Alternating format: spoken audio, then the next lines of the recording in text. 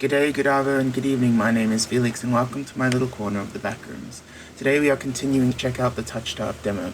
In the last episode, we spoke more to Leander, and we were able to touch him without transferring our curse onto him, which, according to our character, was the first time that's ever happened. After that, we briefly met the beautiful foxman Via, and he gave us a slightly confusing warning. After which, we bumped into a strange girl, who I forget the name of, who sent us in direction of something called the Seaspring, which we are checking out in this episode. I venture forth, nerves and determination roiling together in my chest. My heart pounds with each step I take from civilization. It doesn't take me long to realize it's not the only heartbeat I hear. Like a flitting gnat in the back of my mind, I'm certain there's another pulse thrumming through the earth underfoot. I felt this presence before when I first set foot in Eridia. It's like a living dread coursing beneath the city, only this time it's drawing me closer. For what seems like an eternity, I force each foot forward, one step, then another, until a realization hits me. I never told Iris my name. I thought so. I didn't remember telling her my name. Something pierces the horizon ahead of me, a building nestled into a tall cliffside. It appears so starkly out of place that it might as well be a hallucination. Dripping with an extravagance and adorned in honeyed mahogany, it's an ornate jewel of architecture. Dark silhouettes skirt it on both sides, trees I think, until I'm close enough to realize that what I mistook for branches were spikes and jutting tendrils. Soulless. Several of them watch me in the distance like statues. Flashes of last night chase me, the gushes of blood and screams of death, the smell of burning flesh and sour bile. I can't go through that again. I won't. Exploding into a messy sprint, I push my legs as fast as they'll take me towards the decorated building. The next thing I know, I'm dashing up wooden stairs and crashing through towering double doors. Is that a torii gate? My lungs burn from exertion. I gasp for breath, desperate to be safe, but when I orient myself with my surroundings, it's more hellscape than sanctuary. Blood flows all around me, overwhelming my vision with a lurid, unholy red. Instinctively, my hand leaps to my mouth. But the rotten stench of blood never comes. Instead, a smoky scent hangs in the air, sharp and spiced. I swallow thickly, convincing myself that it's not as gruesome as it appears. This has to be the Seaspring, the place that grants miracles. Tall pillars flank me, blanketed in written notes. Seating pillows scattered the floor. A rustic kettle sits nearby. Someone must live here, despite how eerily empty it is. Hello? Is anyone here? My voice echoes across the cavern without response. I approach the paper-covered pillars. Maybe something here can tell me more. I reach for the closest one. I reach for a note in front of me. It reads, Dear Mother, don't cry for me. I'm sorry I didn't say goodbye, but we'll meet again in another life. I love you very much. P.S. If you ever see me, never speak to me again. It's written in perfect cursive. I've never seen such beautiful handwriting. Before I can ponder it further, a sharp chill runs down my spine. Something's watching me. I quickly set the note back, my eyes darting around the wooden deck, but it's still empty. Finally, I look towards the Seaspring. That stillness hides something deeper, something wrong. And familiar. Hey! I spin around and come face to face with a pack of soulless. They chitter and growl, tendrils and spikes flaring threateningly, all different sizes and species, but sharing one identical trait, glowing crimson eyes. I try to back away, but my heel teeters over the Seaspring. I'm cornered. Watch your step. It's deeper than it looks. That voice again. At the sound of it, the soulless freeze, their snarls quieting. I search for the voice's source and find it above me, lounging in the rafters. Hello. You look lost, little sparrow. His gaze is a violent crimson, one that sears through me, leaves me feeling raw and exposed. They're the same eyes I've seen over and over, first with Iris, now with the Soulless circling me, all bound by this Seaspring's blood red. In the shroud of darkness behind him, shapes like massive tentacles twist and coil around the wooden beams. Tentacles! Sorry. I can't focus. The Soulless' growls ring in my ears. They're not advancing, but that could change at any second. Panic rises in my throat as I struggle to track them. Hey! Eyes on me. My stomach rolls as I tear my eyes away from the Soulless. Don't ignore someone who's talking to you. It's not polite. For a moment, anger knocks my fear aside. Who is this bastard? I'm kinda distracted by the Soulless about to maul me. Only by my command? I scan the Soulless again. They really aren't attacking and are posturing more than anything else. You tamed them? Power of the Seaspring. They're hungry, so they might bite. You could give me a reason to stop them. How about I didn't do anything wrong? Trespassing. And that's punishable by death. He gives a non-committal shrug. I called out earlier to see if anyone is here. Were we supposed to play hide and seek? Didn't hear you. My voice stops in my throat. This bastard's terse coolness is both infuriating and terrifying. I rack my brain for a way to diffuse the situation. Okay, fine. I need help. I thought the Seaspring could cure me somehow. My voice wavers pathetically. Honesty has never been my strong suit. He cants his head to the side, appraising me, but doesn't respond. I fidget nervously. I'm telling you I came here for help. Are you listening? Your hands. Alarm jolts through me. I hide my hands under my cloak. Show me. Why? Won't ask twice. With a sharp exhale, I reluctantly hold out my bandaged hands. Are you getting off on this? Unwrap them. Heat rushes to my face and fire to my tongue. I should give him a piece of my mind, but not when his Soulless are one command away from ripping me to shreds. Yet no matter how much I will myself to move, my body stays frozen in place. I stand there for a long, agonizing minute. My hands are trembling when I finally raise them. I know the skin beneath the wrappings all too well, the hideous, unnatural flesh I've grown to despise. I grip the edge of the bandages. Stop. With a wary sigh, the man slides off the beam and lands with a thud that shakes the panels underfoot. He's a monster, tall and imposing, with a presence that commands the room like gravity. Lantern light sculpts his face in sharp, unforgiving lines. Yeah, well, he's very handsome for a monster. Subtle clicks of metal accompany each of his footsteps. The closer he gets to me, the faster my heart hitches.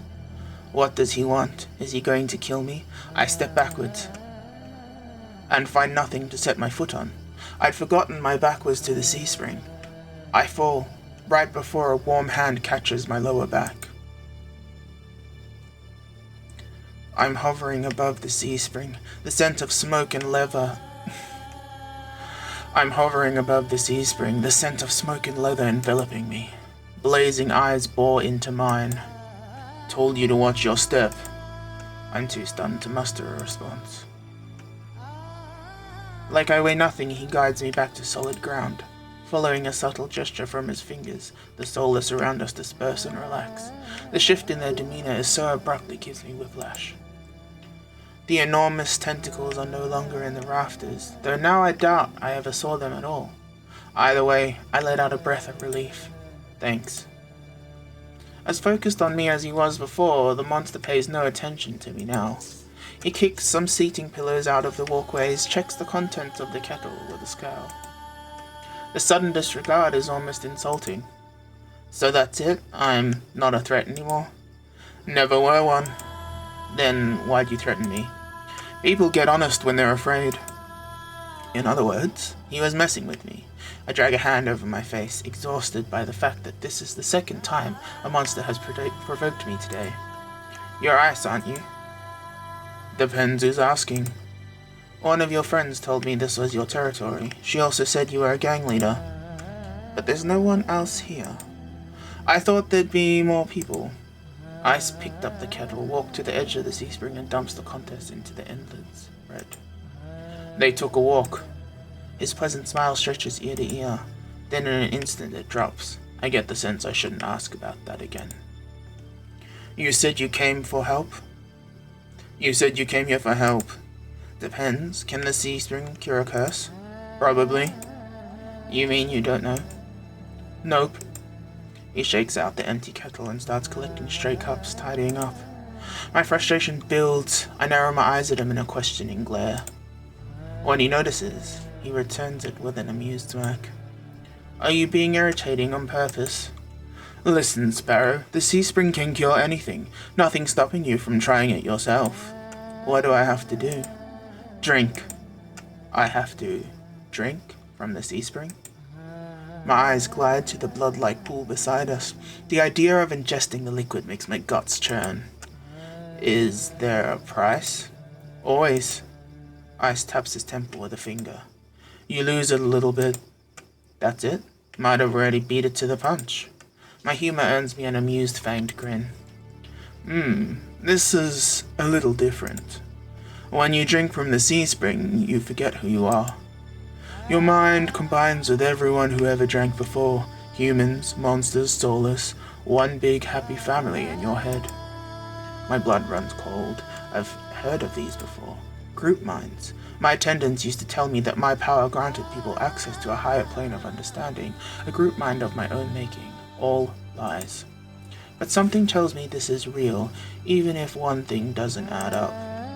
Your eyes are red too, but you obviously haven't forgotten who you are. Before I can finish my sentence, Ice strides past me towards the entrance. Time's up. Let's finish this later. Wait, already? You barely told me anything.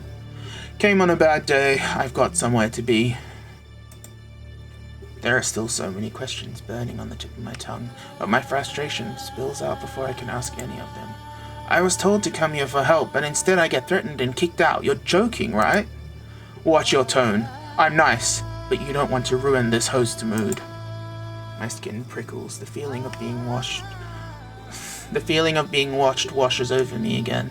My eyes dart back over the Seaspring. A lone ripple dances on the quiet surface. I take Ice's advice and clamp my mouth shut.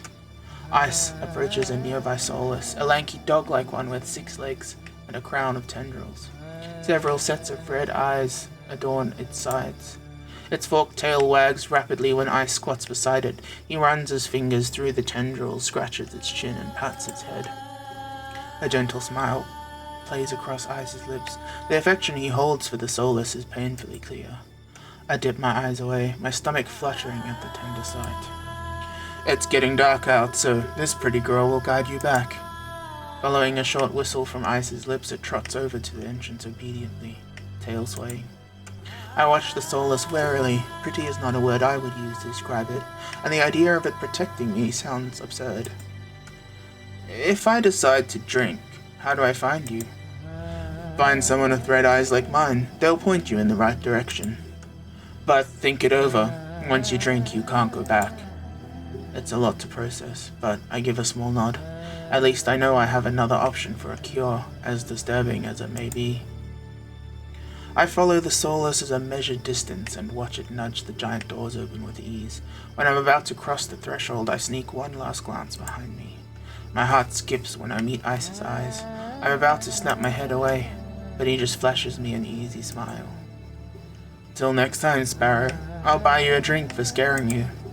I don't trust myself to do anything but respond with another curt nod. Outside, more crimson-eyed soulless scuttle about. It's hard to believe it's the same threatening pack from before. They chase each other in circles, roll around in the bog's mud. They pay no attention to me, as the dog-like one escorts me away. It's an uneventful trip. Sometimes the soulless looks over its shoulders at me to make sure I'm still following.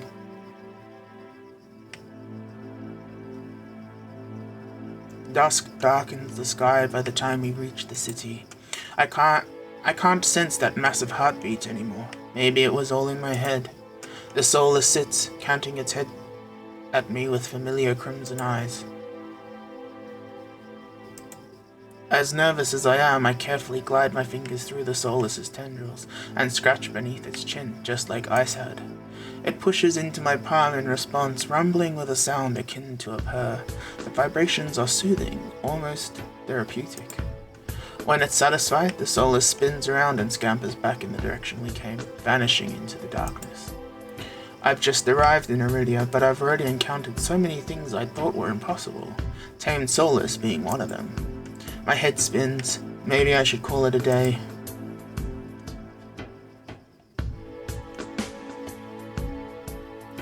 Nightfall creeps across the streets of Eridia.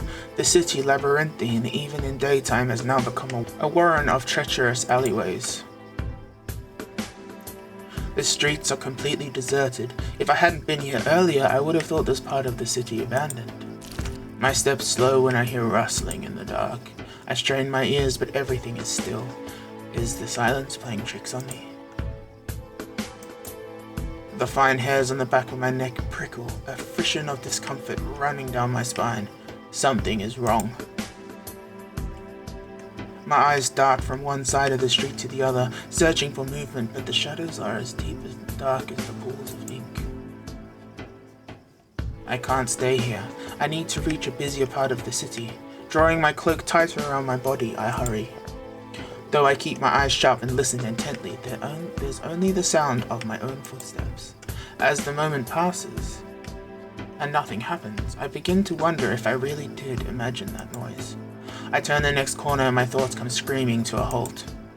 My head spins, the world blurring as adrenaline rushes through my veins. Only one thing is clear amidst the haze. The Soulless that attacked the caravan. It's crouched over a dark, indistinct shape, a body. A garland of intestines spill from pallid flesh, blood grouts the cobblestones. Holding my breath, I take a step backwards. When the wet, slurping sounds don't abate, I take another, then another. Then, a shard of glass crunches under my heel. The world slows to a crawl as the Soulless raises its head, blood dripping from its tendrils, every single one of its bulging eyes fixed unblinkingly on me. It's really here. It's come back for me. I'm off like a shot, running for my life through the darkened streets. Behind me, a piercing bay splits the silence and heavy footfalls pound after me. My heart thunders in my chest. I take turns at random, trying to lose the Soulless in the maze of the streets, but I can't seem to shake it. I can hear its breathing now, a wet, fluttering rasp, growing closer and closer.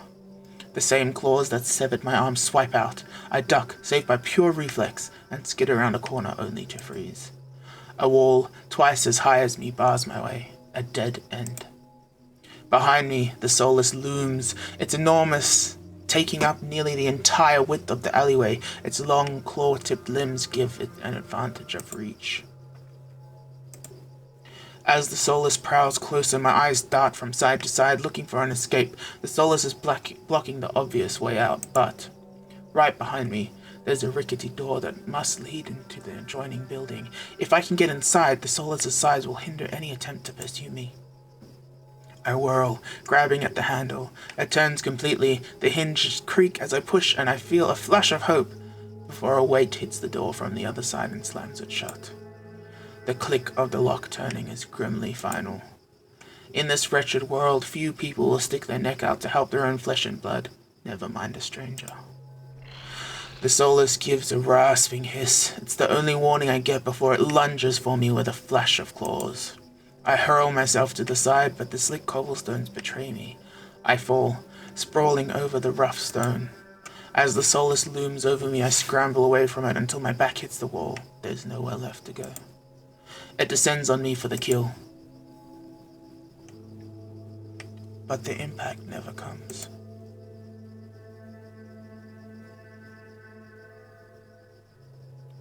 I warily crack one eye open, then the other, not sure whether I should believe what I'm seeing. A hooded figure crouches in front of me, one blood-stained hand outstretched. Moonlight silvers the edge of their stiletto knife. Their face and hands are splattered with blood. They're still pretty though, even if they are covered in blood. And the soulless? My eyes dart past my unexpected rescuer to the misshapen form behind them. The soulless's many eyes, once restless and vibrant, now look dull and waxy. A red pool spreads slowly from under its body. Numb with shock, I can't help but stare. After all the people it's killed, after nearly killing me twice, I can hardly believe it's dead. Well, I gingerly take the offered hand. The hunter's gaze dips to my bandages. Pale lips part, on the brink of a question, then close again. With the strength belying their slight frame, they pull me upright. Something about them is strange. Unlike any human or monster I've ever met, I can't quite put my finger on why, and that's a first. I can feel the tension in their grip. Their fingers tremble like they want to pull away. It's a sensation I'm all too familiar with myself. Despite their obvious discomfort, they pause for a moment, pale eyes sweeping over me. Not going to fall? When I shake my head, they hastily let go and back off, wiping the blood from their face and hands. The hunter turns away from me, the heel of their boot hitting the soulless's gangly body. They lean over it, studying it intently. With their back to me, I realize that their hooded silhouette is familiar. I saw them outside the cenobium. Vestigial or functional? I'm startled out of my thoughts when they speak, but they aren't looking at me. Can't all be processed in the brain. Its occipital lobes would have to be enormous. In fact, I don't think they're talking to me at all.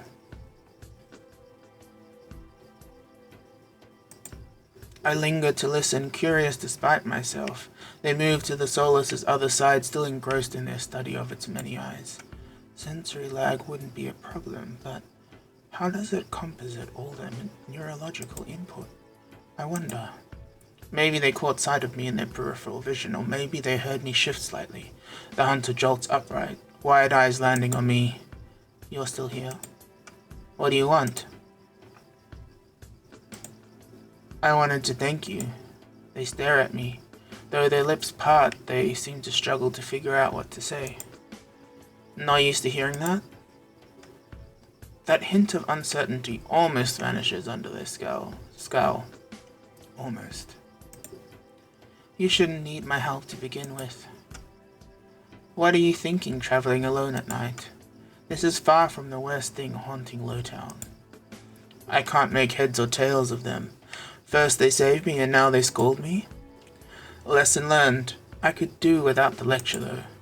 To my surprise, they break eye contact. They frown, though their disapproval doesn't seem directed at me.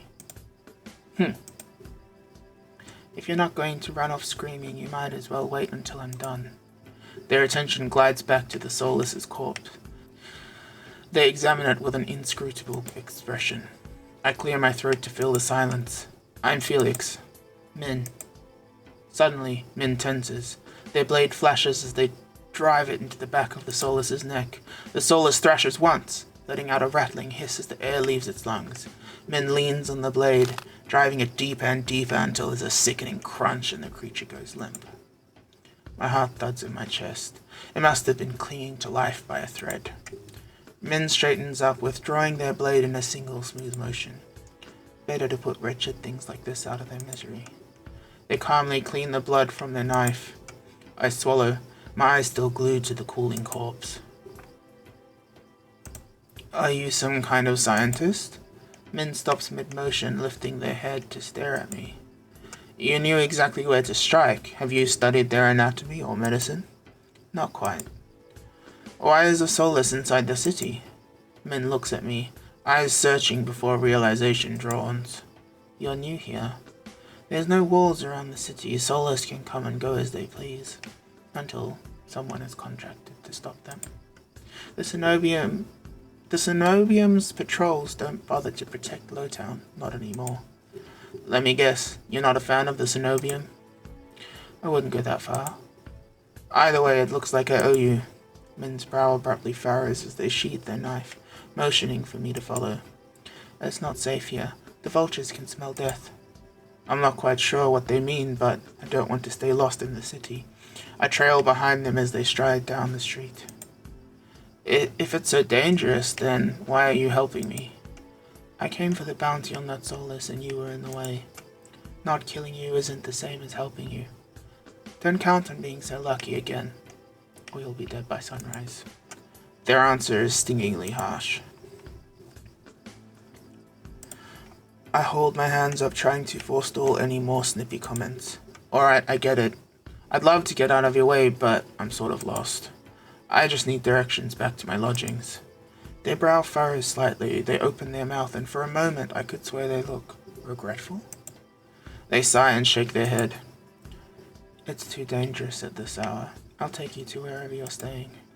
I wasn't expecting to get directions given their attitude. When they realize I'm staring, they look away with a huff. It'll be faster, that's all. They're kinda cute. I have a room at the Wet Wick. At the name, Min's face falls. That gaudy cesspit? Not a fan? It's full of drunks and idiots. What do you think? True. Doesn't seem like their kind of place. Well, that's where I'm staying. Are you taking back your offer? Min exhales sharply and shakes their head. This way. Min's route is completely different from my slow early morning meandering. Their steps are swift and sure, even though all the streets blur together in the dark.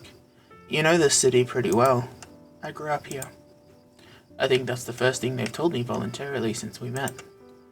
Was it always like this? Min's gaze wanders, dragging along the dingy buildings, a struggle to decipher their expression. Regret?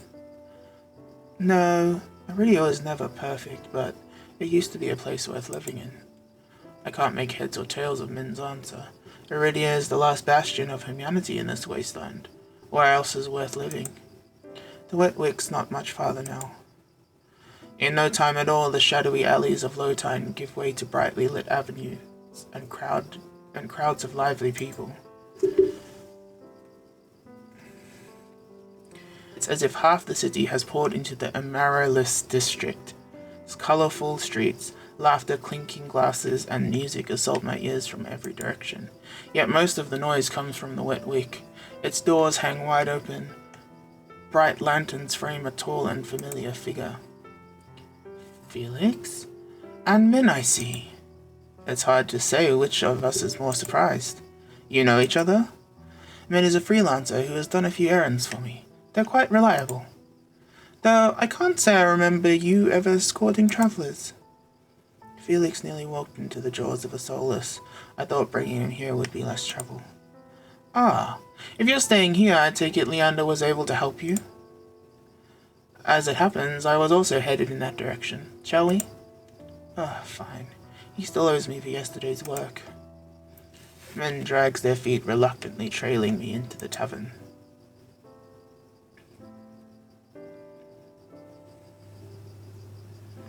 As soon as the doors open, a wave of sticky heat rolls over me.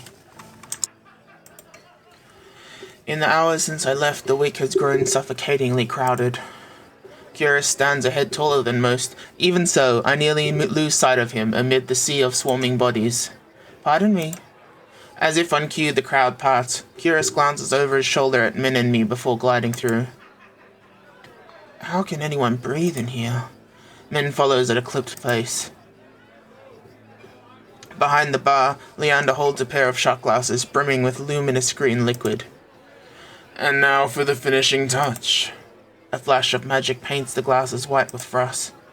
You'll never guess what's in these. He slides the glasses across the counter, and I get my third and fourth shock of the evening in rapid succession. Ice leans against the bar, an elbow propped on the counter. He catches the glasses and lifts one to the light before turning it upside down.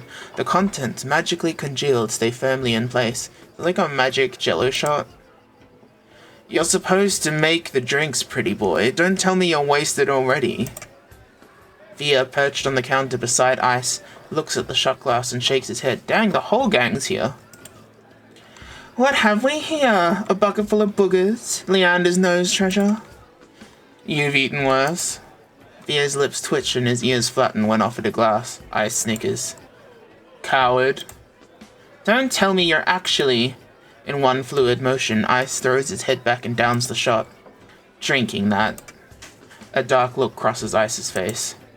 It's chewy. Chewy? Wait, let me try again. Behind me, Min grumbles. I told you this place is a nest of degenerates. If it isn't Curious and Min. At the sound of Leander's voice, Min's pale eyes grow wide. They look ready to bolt until Kira sets a hand on their shoulder. This will not take long, I promise. Min's eyes dart from Kira's hand to his face, then soften. Fine, you first. While they step forward, I linger behind, struck by a sudden revelation. All of the people I've met recently know each other. Good evening, Leander. Ice. Another drinking competition, I presume? Is it evening already? Just some friendly rivalry, Doctor. No need to be alarmed. Garrus acknowledges Leander and Ice with a slight nod, ignoring Via entirely, not that Via seems to mind. He tilts his head, lips curving into an impish smile when he spots Min brooding behind Curus. I almost didn't see you there, Min. Looking for your booster seat? Min pushes their head back and levels Via with a cool look. I thought pets weren't allowed in here. Via's eyes narrow.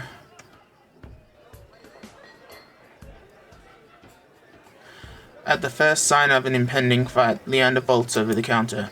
Let's try and keep the peace. It's not every day the esteemed doctor takes us up on a drink. His arm snakes around Curus's shoulders. You are finally taking me up on that drink, right, Curus? I'm afraid not. We're merely escorting Felix back to his lodgings. Curus gestures in my direction and my stomach sinks. I reluctantly step into the light. Leander's face brightens as soon as he sees me. Felix, it's been too long. Everyone, this is Felix. He's new to Eridia. I feel 4 pairs of eyes fix on me, and suddenly the bar seems suffocatingly small. My voice nearly catches in my throat. Actually, I've already met everyone. You've met? Ice and Via regard me with subtly amused expressions. We did, not that long ago either. To think we'd cross paths again. It must be fate. I roll my eyes. Via looks far too pleased with himself. This calls for drinks. I'm buying. All eyes turn to Leander, freeing me from the burden of attention. I still can't believe they all know each other. Watching them talk among themselves is surreal. Damn, imagine walking into a bar and there's just 5, really gorgeous people just, talking. I would leave. I would go home. But for the first time since I undertook this journey to Eridia, I feel a faint glimmer of hope. I know I was meant to meet them.